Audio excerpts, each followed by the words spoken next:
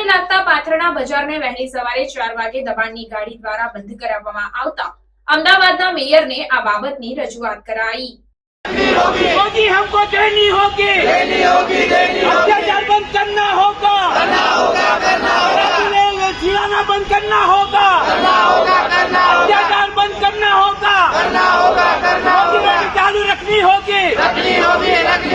प्राप्त माहिती अनुसार शिरोमणि कॉम्प्लेक्स एक्सप्रेस हाईवे सामे सीटीएम खाते लागता पाथरણા બજારને વહેલી સવારે 4 વાગે દબાણની ગાડી દ્વારા બંધ કરાવવામાં આવતા છેલ્લા 30 દિવસથી તેમની રોજીરોટી ઉપર અસર થતા 300 જેટલા પરિવારો ભૂખમરાના ખપ્પરમાં હોમાઈ ગયા છે।